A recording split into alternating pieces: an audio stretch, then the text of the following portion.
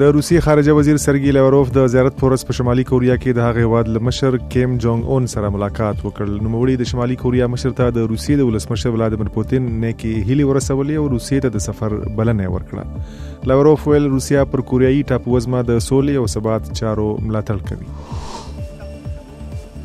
د هند وزیر اعظم نریندرا مودي د زیارت پر ورځ د ملیشیا پلازمینې کوالالمپور ته ولاړ او د هغه هیواد له نوي وزیر اعظم مهاتیر بن محمد سره ولیدل.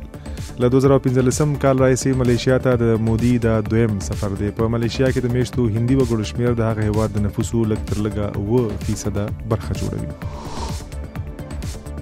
د فرانسې غیر سرکاري تنظیمونو د هغه هیواد په شمال کې د پولیسو لخوا د کډوالو د یوه کیمپ خالی کولو اقدام غندلې. د اسادو په نوم یو مالی کډوال د کیمپ له سخت ژوندونه سره ټکوي. یوه اونۍ خو څه کوي، دلته یو ساعت تیرول هم سخت دي، لکه په یو وړوکي جهنم کې چې اوسېدلی یم.